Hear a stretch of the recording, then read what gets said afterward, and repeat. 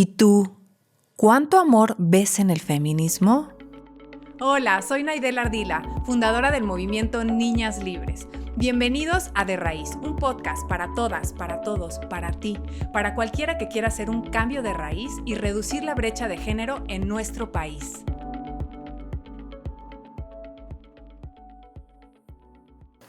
Bienvenida a toda la audiencia a nuestro último episodio de la primera temporada del podcast De Raíz. Regularmente se cuentan muchas historias sobre el movimiento feminista y sobre las mujeres que nos asumimos feministas.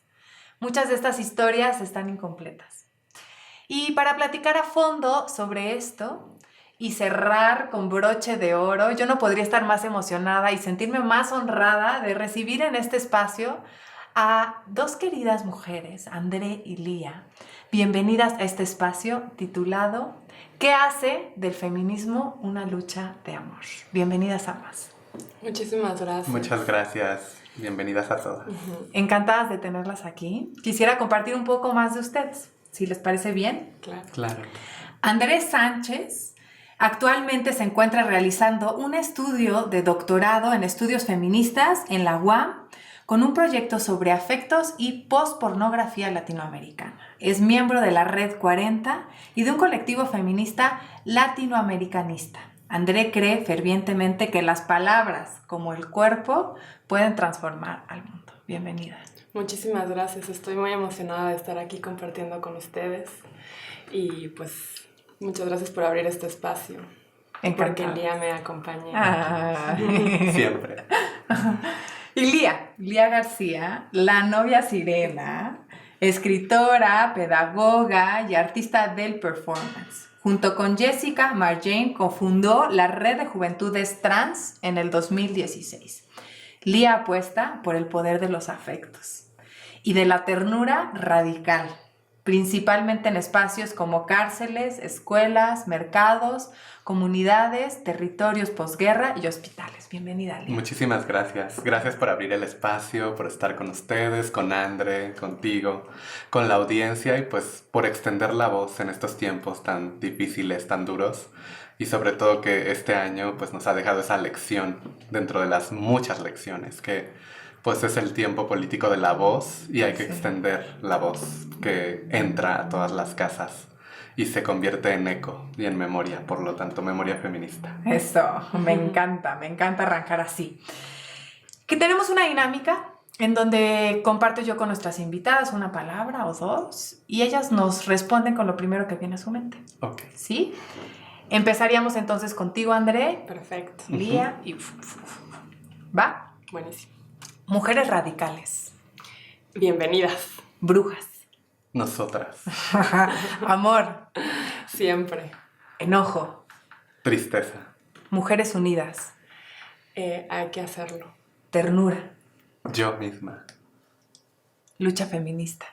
Historia. Mujeres diversas. Estamos presentes y existimos. Eso. ¿Cómo ven? Rico. Buenísimo. Riquísimo. Para romper el hielo. Calentando Así es. motores, calentando motores. motores. Yo quiero compartirles que después de tomar un seminario con Amelia Valcárcel, recuerdo sentir una gran decepción. Una gran decepción al descubrir que el filósofo Jean-Jacques Rousseau, el padre de la pedagogía, yo estudié una maestría en educación, principal personaje que marcó justamente las bases de la educación actual, explícitamente enseñaba cómo excluir y menospreciar a las mujeres. En palabras, un poco parafraseo sus palabras, decía algo así. La educación de las mujeres debe de ser en función a la vida de los hombres. Eso es decir, agradarles, serles útil, honrarlas, hacerles grata la vida y suave. Rousseau enseñó que esas son obligaciones de las mujeres y que esto es lo que nosotras necesitamos enseñar a las niñas. Por supuesto que cuando sucedió esto, yo entendí que desde raíz se ha enseñado a desvalorizar a las mujeres y a su talento desde la educación. Ese día para mí fue muy importante. Ese día comencé con una iniciativa feminista para transformar la educación y la crianza de las niñas. Ahí nació para mí el inicio de Niñas Libres, una iniciativa que es un modelo que busca ser libre de sexismo y de desigualdad. Y pues bueno, muchas emociones me impulsaron para llegar hasta aquí, muchos motivos también. Yo quiero preguntarle a ambas, André, Lía, ¿qué sentimientos y motivos las fueron llevando y las trajeron al feminismo? Bueno, yo últimamente traigo una frase muy potente que leí cuando era una niña. No me acuerdo de qué libro y tampoco de qué autora, pero me recuerdo mucho que se me quedó grabado y ahora no sé por qué la traigo como tan presente. En este libro decía que cuando un niño, ¿no? Una niña, un niño hace preguntas es porque está lista para las respuestas, ¿no? Y entonces a mí me recuerdo la posición perfecta en la que yo le estaba leyendo y a mí me hizo como mucho sentido porque yo sentía, ¿no? O sea, tenía una serie de sensaciones, tenía una serie ahí de emociones, ¿no? De preguntas que estaban circulando en el cuerpo y que no había podido, digamos, darles nombre, ¿no? Y que estaban, o sea, yo las sentía, pero, digamos, no podía nombrarlas, ¿no? Justamente porque, pues, dentro de mi familia, pues, ciertos temas no podían ponerse sobre la mesa, que es muchos de nuestros casos, ¿no? Y en la medida en la que fui creciendo, estas preguntas empezaron a formularse con mejores herramientas y yo me di cuenta que cuando estuve lista para hacer estas preguntas, ¿no? Una serie de mujeres, de amigues, de personas de muchos lados, fue como si las invocara y entonces llegaron a darme respuestas a estas preguntas que me estaba haciendo, ¿no? Y también unas respuestas que pues no son fáciles, ¿no? de llevar, son unas respuestas que son muy confrontativas con una misma, son unas respuestas que también te liberan, son unas respuestas que pues también están ahí, que van cambiando todo el tiempo, ¿no? En el cuerpo. Y pues para mí el feminismo ha sido este espacio, ¿no? Para hacerme ciertas preguntas y también para posibilitar esas respuestas que pueden llegar y que también se pueden transformar, ¿no? También hay que decirlo que hay muchos feminismos, ¿no? Hay muchos grupos, hay muchas formas de hacerse feminista y que yo en cada espacio hemos encontrado una respuesta diferente y que también me ha confrontado a mí misma, ¿no? Que eso también creo que es importante decirlo porque cuando yo me estaba haciendo estas preguntas pues sabía que había ciertas cosas de mí que me incomodaban, ¿no? Porque también creo que desde estos espacios es muy importante pues cuestionarnos, ¿no?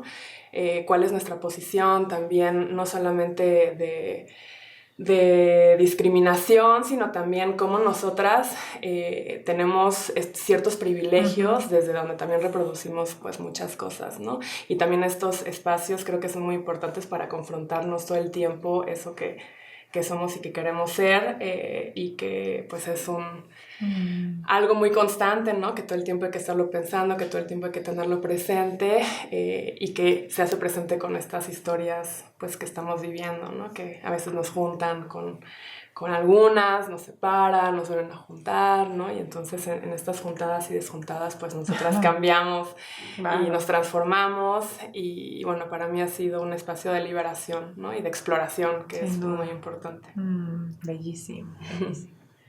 ¿Y en tu caso, Lee?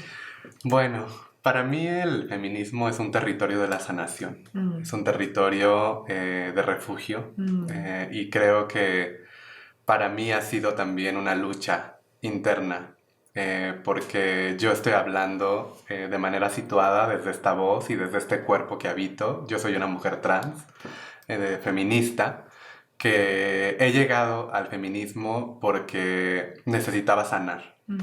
Necesitaba encontrar un refugio porque pues las mujeres trans enfrentamos un estado de emergencia continuo e histórico que posiciona a este país como el segundo lugar en presentar más crímenes de odio hacia nosotras, las mujeres trans y hacia nuestros hermanos de la diversidad sexual, pero las cifras empiezan por nuestros cuerpos. Entonces, para mí, haber llegado al feminismo fue un tránsito inacabado, porque creo que las personas estamos transitando todos y cada uno de los días de nuestra vida. Y en ese tránsito, que es sinónimo de sanación, porque las personas trans somos sanadoras históricas, porque hemos existido siempre, el problema es que se nos ha invisibilizado a lo largo de la historia y dentro del feminismo también, porque hoy en día las mujeres trans también hacemos una lucha interna en el feminismo por ser aceptadas, por estar ahí como sujetas políticas y afectivas del feminismo, porque no solamente se es sujeta política del feminismo, sino sujeta afectiva.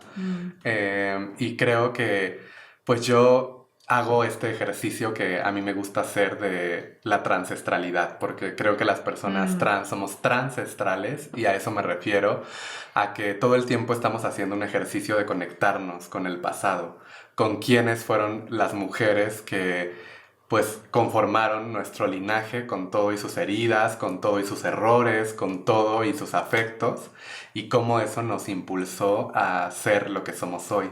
Claro. Y cómo son el pilar de lo que nos sostiene y nos arrulla, ¿no? Entonces creo que para responder a esta pregunta, pues yo llegué gracias a muchas mujeres que confiaron en que el feminismo era un refugio para nosotras, que estamos presas de ese patriarcado y que todo el tiempo está encima de nosotras y que hace todo por invisibilizarnos, por borrarnos de la historia, y que pues ese feminismo es un territorio de la sanación, porque pues llegar ahí significa sanar, a pesar de que tenemos que hacer luchas internas. Entonces yo llegué así, llegué por muchas amigas, vecinas, tías, primas, que pues siempre me miraron a los ojos y me dijeron con sus ojos y con su propia piel, pues sí, tú eres de verdad, ¿no? Porque para nosotras las personas trans es muy importante esa mirada tierna, afectiva, amorosa, porque todo el tiempo pues estamos en una búsqueda continua, en un estado que nos dice que no podemos ser lo que nosotras encarnamos. Y por eso es que estas maravillosas mujeres a mí me llevaron de la mano al feminismo y me dijeron, mira, aquí está un refugio, un territorio de la sanación, a pesar de que hay una lucha al interior del feminismo cuando hablamos nosotras las mujeres trans, y esto es algo que hay que decir como es. Pero bueno, una siempre se encuentra aliadas, una siempre se encuentra mujeres que abren sus oídos y que abren sus ojos para escuchar nuestras historias de vida y para justamente luchar con nosotras dentro y fuera de estos feminismos. Las escucho y es como un poema escucharlas. Incluso ni quiero interrumpir, es así, ¡ay, qué dulzura, qué gusto, qué Pues delicia gracias. tenerlas aquí! Como les compartía, una de mis formaciones es educadora. Entonces no puedo tampoco dejar de ver el mundo desde esa mirada y los afectos también. Y parte de lo que han venido compartiendo de los afectos, poniéndolo aquí en la mesa, yo observo cómo desde la educación vamos marcando diferencias. Y diferencias en los afectos. En el caso de los varones, por ejemplo, no se les permite expresar su tristeza, no se les permite tanto expresar el miedo y sí el enojo. Y en el caso de las mujeres, se nos permite más expresar justamente el miedo y la tristeza y no tanto el enojo. Es hasta un poco mal visto, ¿no? Por lo que a nosotras, las mujeres feministas, cuando nos atrevemos a expresar nuestro enojo, se nos desacredita y somos señaladas muchas veces como violentas, radicales, destructoras. Quisiera yo preguntarte a ti, André, ¿por qué le molesta tanto a la sociedad que las mujeres expresen su enojo? Sí, bueno, creo que una de las cosas que hay que, digamos, saber, ¿no? Y que tenemos que reflexionar es que vivimos en un sistema que es profundamente colonial, profundamente patriarcal, profundamente heterosexual, cis, ¿no? Capitalista, y todo lo que significa, esto significa que la sociedad está constantemente tratando de imponer un orden, ¿no? Este orden en el cual ciertos cuerpos, ¿no? Ciertas subjetividades, ciertas identidades, como bueno, yo en mi caso siendo mujer, nos hace valer menos, ¿no? Y entonces nos pone en una posición en la que valiendo menos pueden controlarnos más, ¿no? Intentan que obedezcamos mejor, ¿no? Y entonces hay toda una historia en nosotras las mujeres en donde tenemos que ser obedientes, que estar calladas todo el tiempo, ¿no? Que estar sentadas, ¿no? No alzar la voz, se nos imponen muchas estas reglas. Y entonces cuando nosotras expresamos un enojo, cuando salimos a las calles a gritar que ya no queremos estar dentro de este sistema, dentro de esta sociedad, pues lo que estamos haciendo un poco es visibilizar estas profundas violencias que nos atraviesan, y obviamente pues a la sociedad que lo que intenta mantener es un orden, pues no le conviene, ¿no? Y no solamente le molesta, sino que nos está constantemente castigando cada vez que hablamos cada vez que subimos la voz, ¿no? Cada vez que intentamos expresarnos de otra manera, y cada vez que nos juntamos y en colectivo también alzamos esta voz.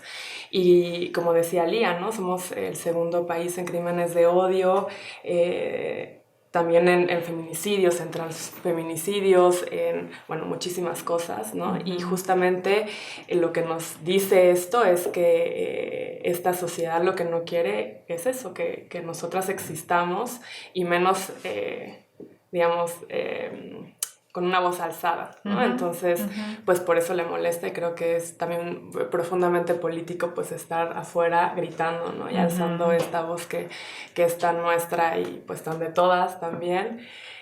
Yo ahora recuerdo mucho un texto que me encanta, que lo traigo a colación para que lo lean, de Audre Lorde, que se llama Los usos de la ira, ¿no? Y justamente ella, hablando de esta ira, ¿no? De este sistema completamente jerarquizante, discriminatorio y racista, ¿no? Ella dice que la ira es una herramienta política, es una posición política, y es algo que tenemos que hacer justamente pues, para visibilizar estos mecanismos opresores y que nos cancelan. Es una herramienta política. Es una herramienta. Y en ese sentido, te preguntaría, Lía, un poco lo ha dicho André, pero me gustaría explorarlo desde ti. ¿Por qué es necesario que las mujeres expresen su enojo? Pues yo creo que estamos en un país que produce dolor y que produce rabia. Y eso es algo que nos está atravesando todo el tiempo a las mujeres. Pero hay que entender el feminismo de manera interseccional. Yo me estoy refiriendo específicamente a las mujeres que buscan incansablemente a sus hijos, a sus hijas, a sus hijes, a las mujeres que exigen la justicia por sus hijas que han sido desaparecidas, violadas y torturadas, que es lo que hoy nos enseñan, ¿no? Porque hoy existe ya un refugio, ni una menos, antes Comisión de Derechos Humanos, que las mujeres que buscan incansablemente a sus hijas, a sus hijes, a sus hijos, y quienes están exigiendo esa justicia al Estado, pues transformaron un recinto que se supone que tendría que ejercer la acción política de la justicia, pues lo transformaron en un refugio, en el cual, pues a partir de esa rabia, se está buscando la justicia. La rabia tiene muchas tonalidades. Hay que entender la rabia como un todo. Es decir, no solamente desde el resentimiento, también hay rabia que se puede expresar justo en esta ternura, en esta conmoción, en una desesperación. Pero como dice Sara Ahmed, pues las emociones son políticas y te movilizan. Entonces la rabia, claro que nos moviliza a las mujeres en este país, porque este es un país de la desaparición, y con la rabia nos hacemos presentes. Y creo que esa rabia, desafortunadamente, es algo con lo que se lucra, es algo también que para el Estado sirve como un espectáculo, y que nuevamente se nos revictimiza a las mujeres que expresamos esa rabia, diciéndonos que somos intensas, exageradas, que no deberíamos de estar enojadas. Y cómo no vamos a estar enojadas si estamos en un país que nos inyecta la violencia, incluso desde esta niñez. O sea, a la niñez también se le inyecta esa violencia al grado de no ampliar las posibilidades de caminos que podrían tener las infancias para transformarse, para elegir, para caminar, andar, para expresar esa rabia, ¿no? Claro. Yo veo cómo a partir de las manifestaciones feministas se deja ver este malestar, que el malestar también es colectivo y que está cargado de enojo, como bien hemos dicho ya, y que busca poner límites para eliminar las desigualdades y las violencias, como bien dices, Lía. Yo bendigo el enojo, lo bendigo y lo abrazo. Y pues yo veo cómo nos ha abierto la posibilidad de crear entonces un mundo mucho más justo. Y regreso contigo, Lía. ¿Qué límites te ha permitido poner el enojo? ¿Y qué límites te has permitido romper gracias al enojo?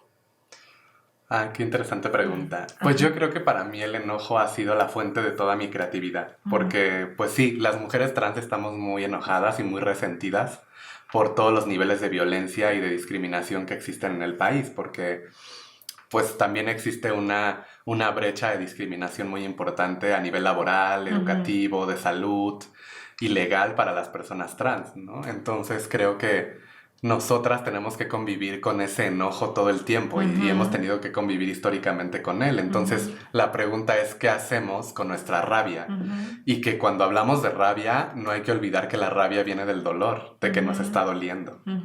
Y el dolor no es un sinónimo de victimización. El problema es que el dolor se ha entendido desde una perspectiva muy colonial, muy capacitista y muy desde el mundo y la identidad heterosexual.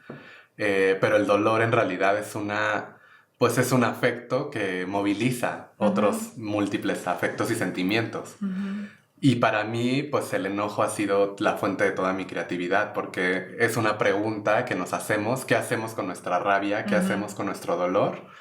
Pues nos movilizamos desde todas nuestras trincheras, de manera colectiva y de manera individual, con todo lo que hacemos. Es decir, pues como dicen nuestras compañeras activistas trans, migrantes que están en Estados Unidos, refugiadas políticamente, mi existir es resistir. Es decir, nuestra apuesta en el espacio público, porque no solo se pone el cuerpo, también se pone el corazón, pues ya es política, ya es una resistencia, porque las personas trans, citando ahora a mi hermana Jessica Marjane, pues sí ponemos una pregunta en todos los espacios, incluso en el feminismo. Las mujeres trans, antes de ser sujetas del feminismo, somos una pregunta muy incómoda en el feminismo. Y yo creo que seguimos siendo una pregunta muy incómoda, porque el patriarcado pues nos ha enseñado a que nos pongamos esos lentes coloniales y patriarcales para examinar cualquier corporalidad que incluso hable de su dolor o de su rabia. Entonces, eso se infiltra. Es decir, yo pienso que no es que la sociedad no le permita a los hombres hablar de su dolor, hablar de su ternura, hablar de su resiliencia, sino que más bien los hombres no quieren hacerlo, ¿no?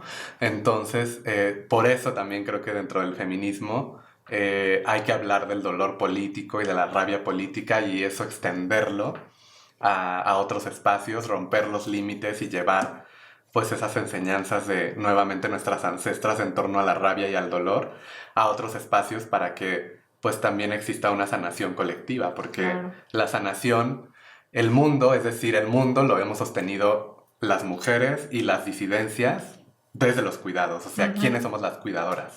¿Quiénes somos las sanadoras? ¿Quiénes somos las dolientes? ¿Quiénes somos las lloronas? Recordando a la Llorona, la Coyolxauhqui, ¿no? Como nuestras primeras ancestras. Esa mujer que tenía como única herramienta política de protección y de reclamo el llanto de sus hijos, ¿no? Y que además sus hijos, que buscaban incansablemente a partir de ese llanto, pues eran comida para los colonizadores, ¿no?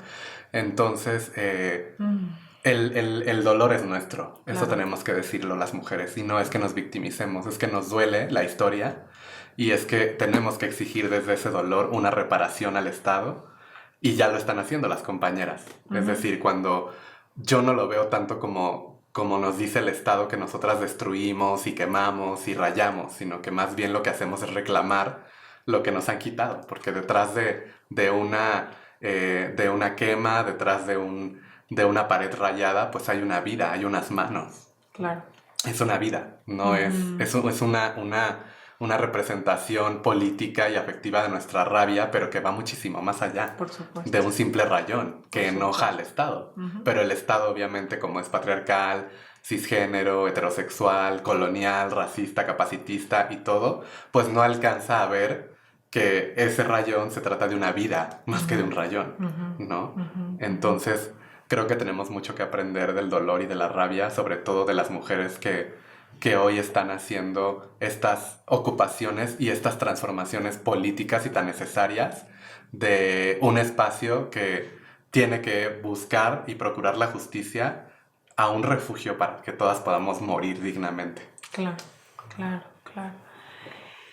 Ay, respiro. Lía, nos compartes un poco esto de cómo la rabia te ha llevado a crear. Y en ese sentido yo quisiera preguntarte a ti, André, ¿qué realidades has podido construir para ti y otras mujeres a partir de esto, de la rabia, del enojo? Pues bueno, para mí el enojo es una emoción y una forma de afectación, ¿no? Que me ha acompañado desde muy chica. Pero que se ha ido transformando, como dice Lía, ¿no? Yo de niña pues tenía estos enojos que justo no entendía bien, ¿no? Y que lo que hacían era, digamos, alejarme de ciertas relaciones, ¿no? El enojo se convertía en miedo y el miedo se convertía en enojo y esto llevaba a que me sintiera como muy sola, ¿no? Y cuando empecé en estos espacios feministas y que pude resignificar este enojo y que pude entender este enojo desde lo colectivo, ¿no? Desde la colectiva, desde los cuerpos, ¿no? Desde las miradas, lo que me posibilitó fue, digamos, reconocerme y reconocer a la otra, al leotre, ¿no? A el otro también. Y lo que hizo para mí eso fue poder transformar un enojo en felicidad, en goce, en placer, ¿no? Esa es una de las cosas que, por ejemplo, el posporno me ha enseñado, ¿no? A reflexionar acerca de este enojo y cómo transformarlo en estos placeres también para encontrarnos y para contactarnos, ¿no? Dentro de este contacto que habla mucho Lía, que yo siempre la leo y cuando habla del contacto me encanta porque para mí es como fundamental pensar estos afectos desde ese contacto, ¿no? Y no desde, digamos, lo individual, porque justamente el afecto pues sería esta... Dice, ¿no? Capacidad de afectar y ser afectado, ¿no? No solamente es una emoción, sino es una forma de transformación, ¿no? Y entonces cuando yo construyo espacios con mis amigas, mis amigues, ¿no? Y con personas también que son desconocidas para mí, a través del enojo es muy potente, ¿no? Porque justamente lo que hacemos es primero reconocernos en ese enojo y reconocer nuestras historias, que después pueden volverse en espacios, como dice Lía, de sanación, ¿no? Que son muy importantes también para transformar estas iras que nos acompañan, no para dejarlas, nunca para dejarlas, sino para hacer de ella otras cosas y poder mover el cuerpo desde otros espacios, ¿no? Porque también para mí el enojo ha sido un lugar en el que he podido justo explorar y resignificar, por ejemplo, mi sexualidad, ¿no? Resignificar la forma en la que me veo, resignificar la forma en la que me pienso, la forma en la que hablo. Y todo esto fue a partir de un enojo muy grande que yo, pues, tuve y tengo, ¿no? Por esta historia que a cada una la atraviesan, en donde no se me permitía hacer ciertas cosas, ¿no? Y entonces en ese dejar de hacer, uno se enoja y lo que hace es movilizarse. Entonces lo que hace es invocar, digamos, todas estas brujas maravillosas que lo que hacen es darte ese espacio para la exploración, ¿no? Y para la transformación y para el cariño y el amor, ¿no? Y el cuidado. Y justo también, ¿no? Construir desde aquí, y que yo siempre lo repito porque es una de las cosas que también me atraviesan mucho y que también agradezco mucho de muchas compañeras y compañeros, es aceptar también cuando alguien me confronta, ¿no? Aceptar también ese enojo que viene de la otra hacia mí y que me ha posibilitado, digamos, posicionarme o repensarme también en mi blanquitud, por ejemplo, en mi clase media, ¿no? En estas formas en las que yo también, digamos, pues me privilegio de una estructura que es colonial y que es patriarcal, y que sin el enojo de la otra yo no podría, digamos, incomodarme, ¿no? Uh-huh. O sea, que hay, pues, la forma en la que nos incomodamos también dice mucho de nosotras, ¿no? Y la forma que lo que hacemos con esas emociones. Uh-huh. Y pues nada, a mí eso me ha permitido construir de muchas maneras y de construir Uh-huh. con otras, Uh-huh. y también obviamente para mí. Bellísimo, me encanta.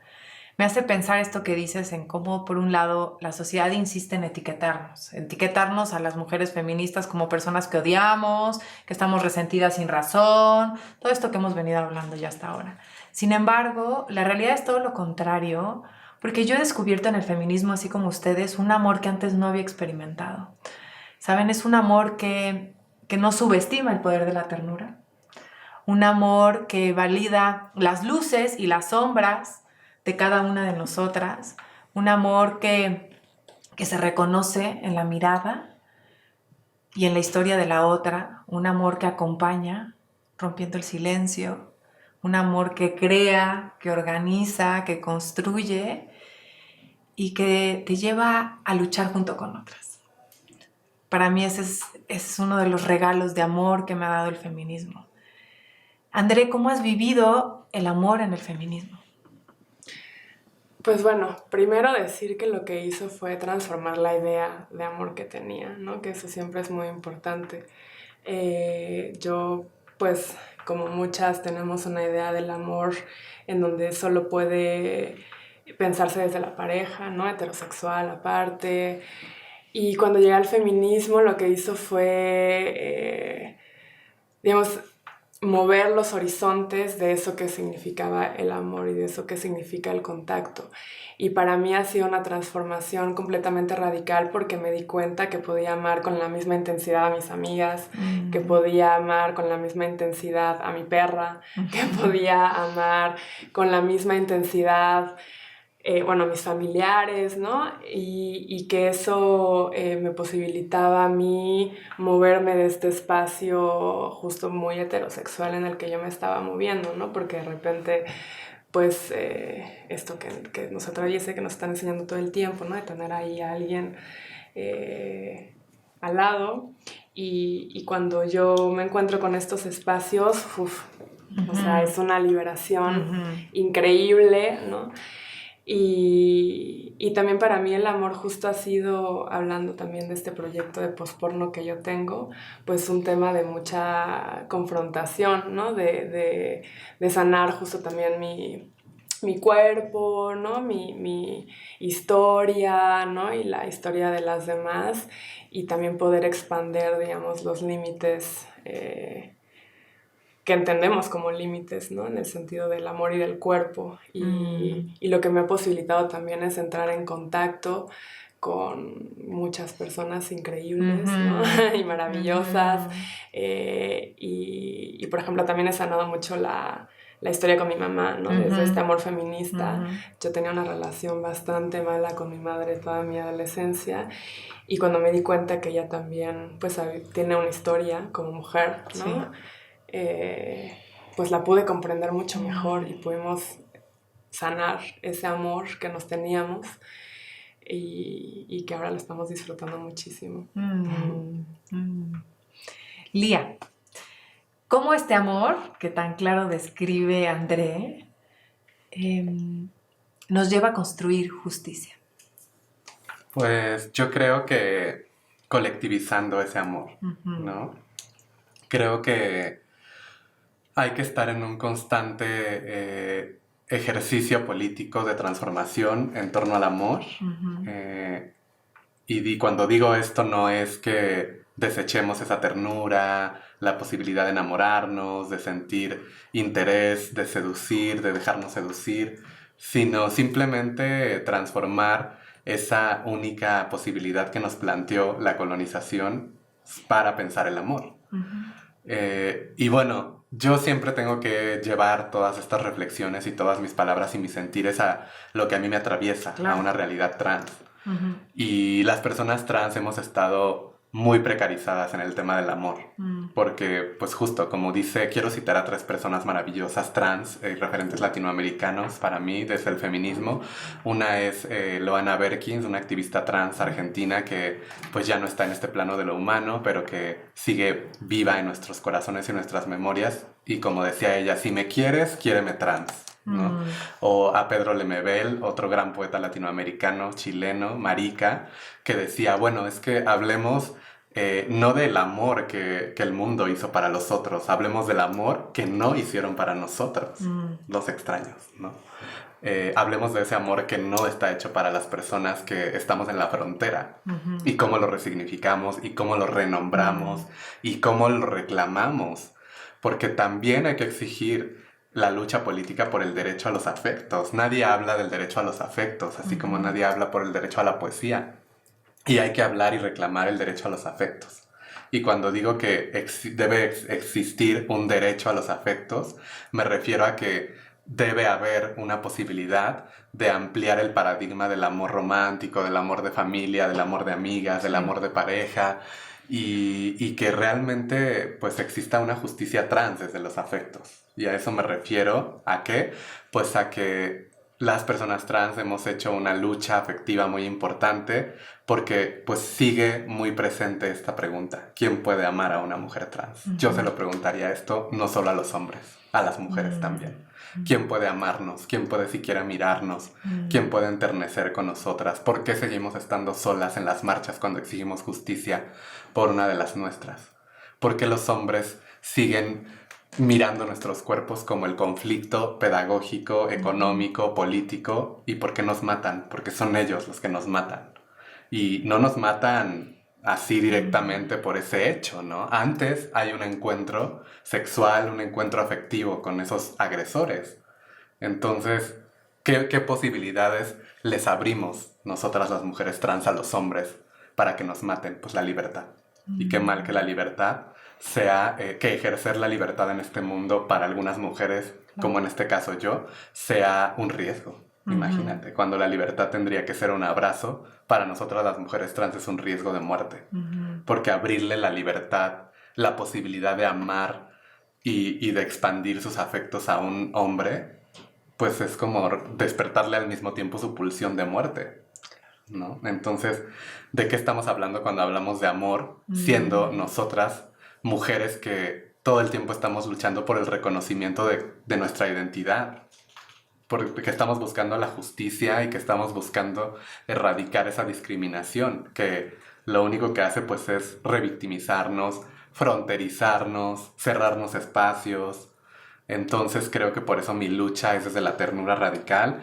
El discurso de la ternura radical, que lo han intentado hacer un discurso, pero es una acción política, viene de las disidencias, porque fuimos mujeres trans quienes empezamos a hablar en el año de 2010 de ternura radical, pero como siempre pasa con el pensamiento trans o el pensamiento de mujeres negras, se fagocita por personas blancas, por personas cis, y no nos dan crédito, pero la ternura radical, que es una acción política de transformación, y además una afectividad, un amor que nosotras encarnamos, que nosotras buscamos, pues es una acción política que viene de las resistencias trans. Y creo que para mí, pues es eso, ¿no? Como terminando, como decía otra activista trans, Marianne Rocha, pues eso que llaman amor no debería llamarse amor, porque el amor es otra cosa para la cual, como dicen en las redes sociales, no está nadie preparada. ¿Y cómo nombrarías tú el amor? Pues yo creo que para mí el amor es sinónimo de sanación. Es que hay que sanar todas las heridas coloniales que tenemos cargando en el cuerpo, ¿no? Y ojo, la deconstrucción del amor romántico desde una postura feminista no desecha la ternura radical, no desecha la posibilidad de enamorarnos, de sentir mariposas en el estómago, de extrañar, de querer regalarle una rosa a nuestra pareja porque nos mueve, de conmovernos con nuestra pareja, de decirle al mundo, pues sí, alguien me pudo amar. O sea, es que justo siento que desde el feminismo blanco, heterosexual, académico, pareciera que la lucha por deconstruir el amor romántico es obligarnos a las mujeres a amarnos a nosotras mismas, porque el discurso del amor propio, que viene además de mujeres negras, no es lo que hoy dice el feminismo que es, porque no es una acción individualista de, ay, ámate a ti misma, quiérete a ti misma, tú primero, siempre tú, ante todo tú, porque eso es algo muy individualista. El amor propio es una acción política colectiva que viene del pensamiento negro, en el cual las mujeres negras decían, bueno, amémonos entre nosotras, cuidémonos entre nosotras, y solo así podremos empezar un viaje hacia nosotras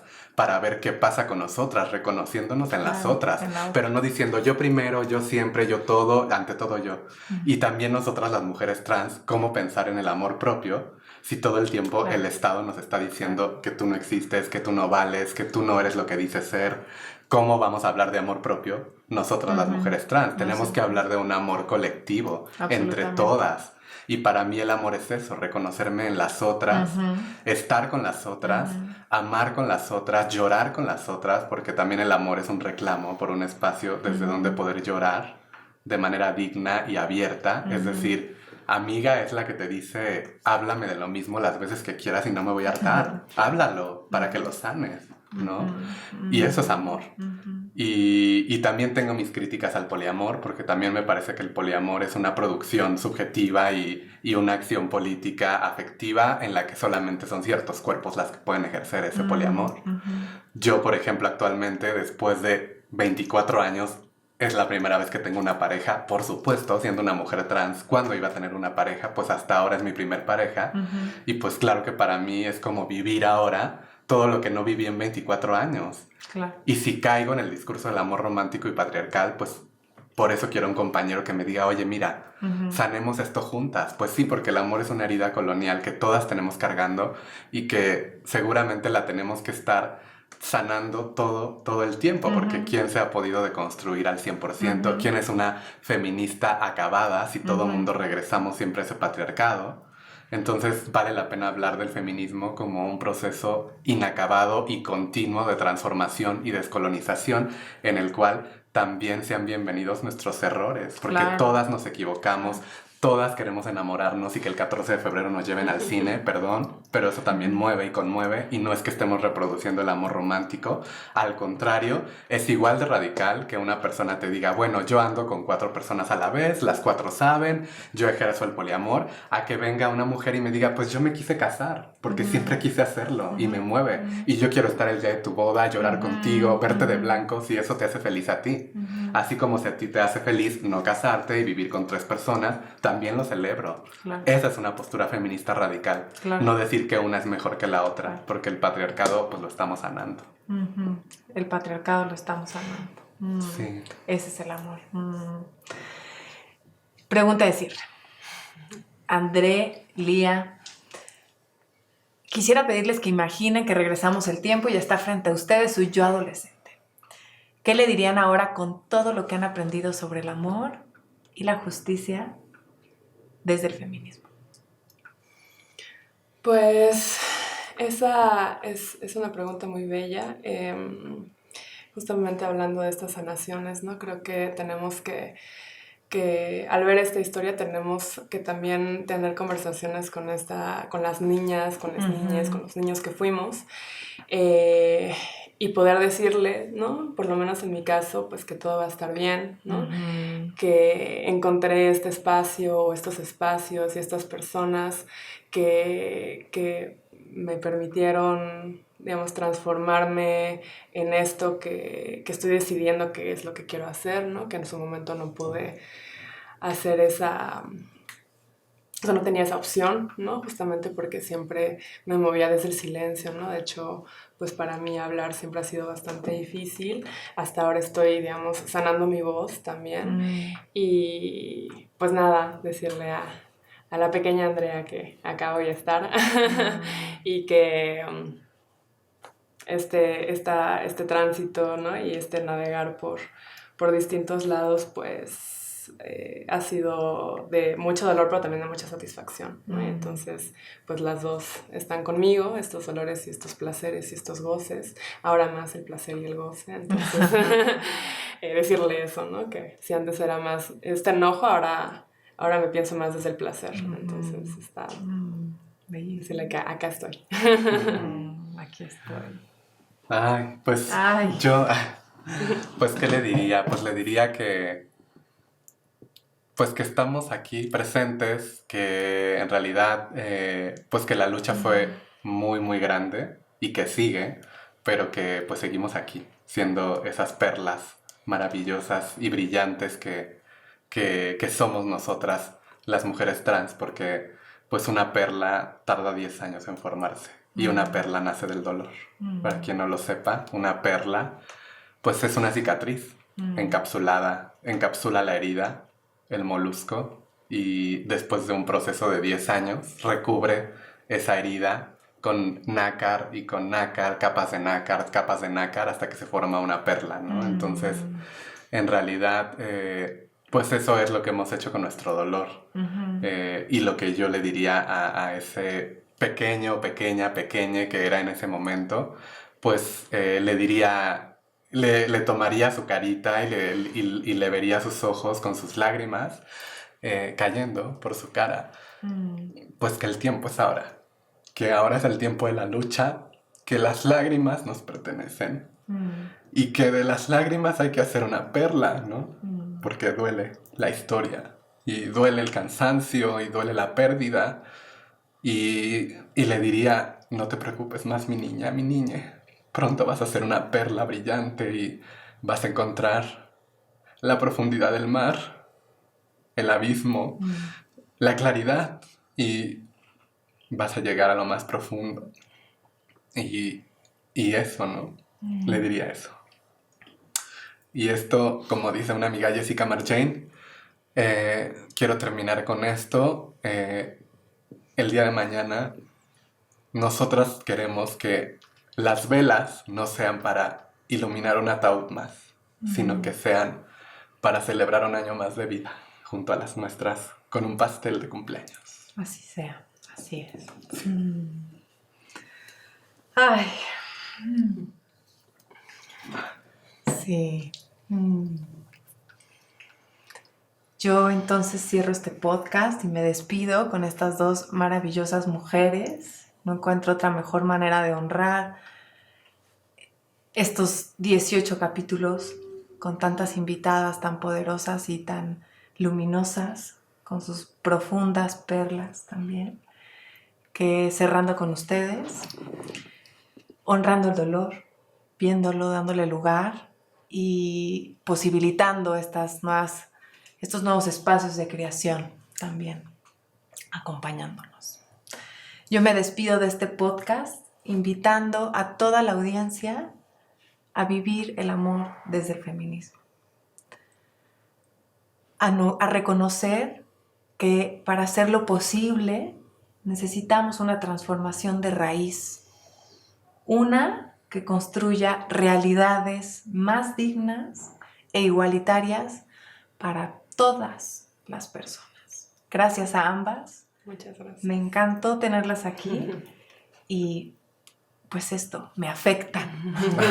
Gracias por todo, por la bienvenida. Un abrazo a toda la audiencia y nos vemos en nuestra siguiente temporada. Que así sea. Así sea. Chao, chao. Chao. Chao. Feliz cierre. Si llegaste hasta el final de este podcast, ya eres parte de la solución. Deja tus comentarios en nuestras redes sociales y comparte qué harás diferente a partir de ahora. Sigamos sumando.